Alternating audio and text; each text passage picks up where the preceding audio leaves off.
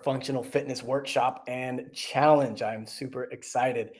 We've got prizes for participants. It's going to be super fun, and the things we're going to be working on will be beneficial to brand new exercisers, and to more experienced exercisers alike.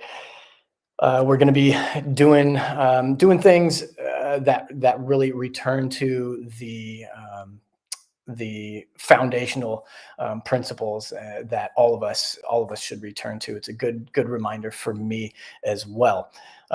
So today I wanted to just get us started with a little background and info and give you an idea of what you can expect. So what is functional fitness? And we've talked about this a bit in the group.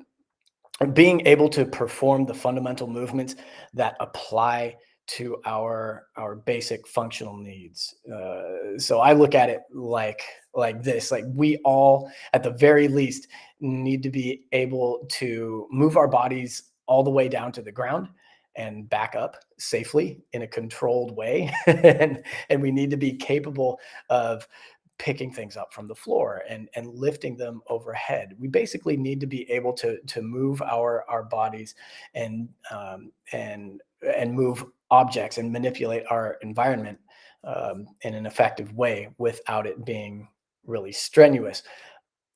Now that's sort of at the fundamental level of what functional movement is, but and it's important for things like safety, right? Let's face it, all of us are going to end up on the ground unintentionally at some point in the future. It happens to all of us.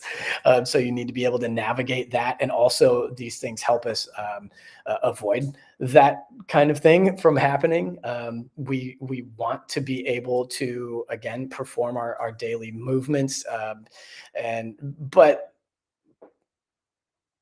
as kids, right, we do these things, these movements in such complex ways, and without any thought, right? But as we get older, we cheat, right? We find ways to do things and modify our environments, to make things easier until we can barely get up out of a chair, right? Or worse.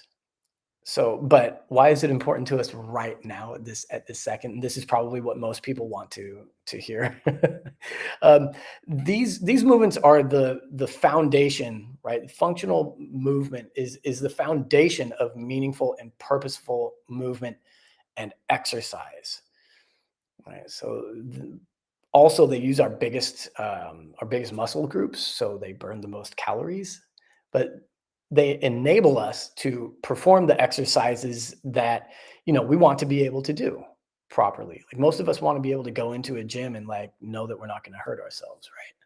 So um, and then from there, when we start to combine or advance these movements, then we get more advanced functions like jumping, throwing, climbing, crawling, pulling ourselves toward objects, pushing ourselves away from objects, or vice versa, pulling objects toward ourselves or pushing objects away from us. So if you're good at the basic foundational functional movements, then you'll be well prepared to exercise and make the most of your exercise and your workouts, and know that you'll be safe doing it. So this month we'll be progressing from basic mechanics. We're going to go over really basic mechanics and slow stabilization based movements, and work our way up to higher velocity, higher speed movements that are more like a workout or a traditional workout. So week one, we're going to work by area. So starting with lower body on day one, upper body on day two, and then core on day three. And we'll progress from there, and we'll be combining those things, moving up in intensity. Like I said, it'll start to resemble more like full body workouts as we go. So that's the idea, to ramp things up and to make ourselves as safe as possible as we do it. So If you have any questions, drop a comment in the comments here. Ask the questions. You can post them in the group as well. Just post a question. That's totally fine. Or you can even reach out to me. Just shoot me a message, and I'll answer your questions and get back to you. All right. I'm looking forward to getting started. Look for our videos to start coming tomorrow. All right. See you soon.